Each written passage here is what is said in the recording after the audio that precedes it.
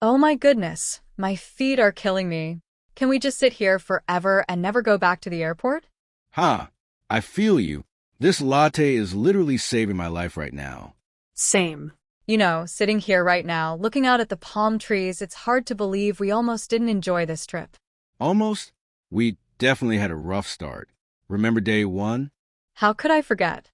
I think I was ready to book a separate hotel room. Okay. Fair enough. But we figured it out, didn't we? We did. And honestly, I think the trip got so much better because of it. Conflict and all. That's very mature of you, Yvonne.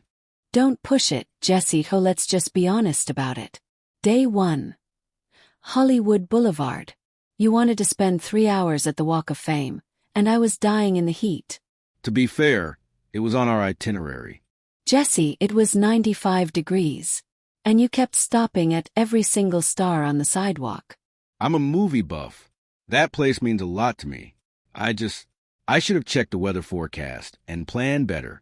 I admit that. Thank you. And I'll admit, I got a little short with you. I said something like, "This is a tourist trap, and I don't know why we're here." Yeah, that's done a little. No. Sorry again. I was just hot and hangry. Hangry is a real thing. No judgment. And then the second big conflict, the Getty Museum versus the beach. You wanted the museum. I wanted Venice Beach. Classic Yvonne versus Jesse. Because culture, Jesse. The Getty has one of the best art collections in the country. Free admission, stunning views. And I was like, we're in LA, we're going to beach. I completely dug my heels in. You absolutely did. And then we just stopped talking for like an hour on the bus. That was uncomfortable. Very. And the third one, dinner on day 3. You picked that fancy steakhouse in Beverly Hills without asking me. And I'm mostly pescatarian. Tea was uncomfortable. I completely forgot about that. I was so excited about the place I saw on a food blog. That was inconsiderate of me. I ended up eating bread and a side salad for dinner. Ouch. Yeah, that was my bad. But you know what? Every single time we found a way through it. Do you remember what turned things around on day 1? You suggested we duck into that air-conditioned diner nearby, and we ended up having the best milkshakes of our lives.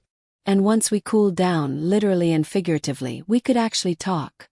You said, "Jesse, I know this place is important to you. Can we make a deal? 30 more minutes here." And then I picked the next stop. And I thought that was really reasonable. And you actually agreed without being defensive. That surprised me. I could tell you were genuinely trying to meet me halfway, so it felt easy to say yes. And the Getty versus Beach situation, that was actually solved by the internet. Yes.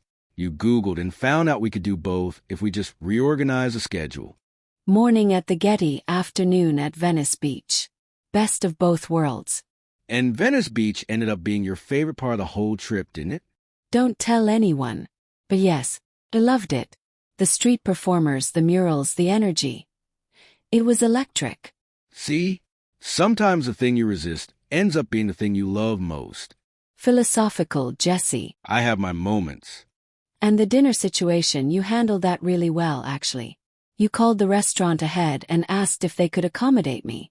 They made a special seared salmon dish that wasn't even on the menu, and you said it was delicious. It was incredible. And the fact that you took that initiative, that really meant a lot. I wanted to make it right. I should have asked you before booking in the first place. Lesson learned. Lesson learned for both of us, I think.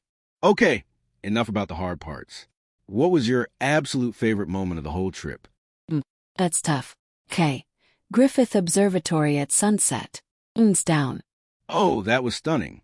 We got there just as the sky was turning pink and orange, and you could see the whole city spread out below us and the Hollywood sign to the left. It felt like I was in a movie. You literally said, "I finally understand why people move here." I did say that, and I stand by it. What about you? Mine is kind of unexpected.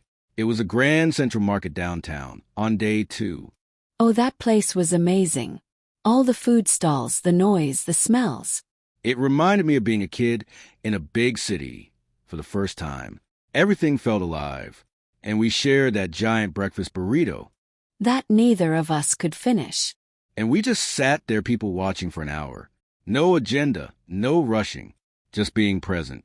That was a really good hour. It really was.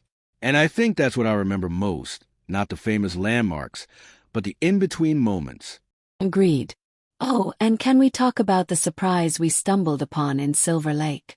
The jazz band in the park. Yes. There was this incredible live jazz quartet just playing in a little park, and people were dancing. We sat on the grass and listened for 45 minutes. And that elderly couple dancing nearby. I could have watched them all day. That was really special. So overall, how would you describe LA to someone who's never been? Big, brawling, surprisingly diverse. Like every neighborhood feels like a completely different city. That's so true. Koreatown versus Malibu versus downtown versus Los Feliz. They're all totally different vibes. And the food scene is incredible. I feel like I could eat my way through this city for a month and still not cover everything. The tacos alone. Don't get me started on the tacos. I need to find a way to recreate that al pastor taco from Guisado's back in New York. Good luck with that. Some things only work in their home city. So true. What surprised you most about LA? Honestly, how friendly people were. I came in expecting everyone to be fake or superficial. That whole LA stereotype. Right, the whole everyone's an actor waiting for their big break thing. But the people we actually met and talked to, the barista in Silver Lake, the tour guide at the Getty, even the guy at the car rental place, genuinely kind. I think any city gets a reputation that doesn't tell the whole story. Exactly. And what surprised you? The nature. I did not expect to feel so close to nature in the middle of a major city. Griffith Park, the ocean, the hills everywhere you look. It's remarkable. New York has Central Park, but that's kind of it. Totally different scale. It just breathes differently. So would you come back? In a heartbeat. But next time I want to explore more. Maybe drive up the Pacific Coast Highway to Big Sur. Oh, that would be amazing. And maybe spend more time in Santa Monica. We kind of rushed through there. Agreed. And next time, and I say this with love, we make a shared itinerary before we leave New York. Together. Deal. No more surprise steakhouse reservations. No more 3-hour sidewalk tours in 95-degree heat. Hey, that was one time. Jesse. Fine. Deal. You know what this trip taught me, though? Traveling with someone really tests a relationship. You see who they are when things don't go perfectly. That's really true. And I think we passed. Think we did too. We're still sitting here, sharing a table and a good cup of coffee. That counts for something. It counts for a lot. Cheers. Cheers. To Los Angeles. To Los Angeles. And to figuring it out as we go. To figuring it out as we go.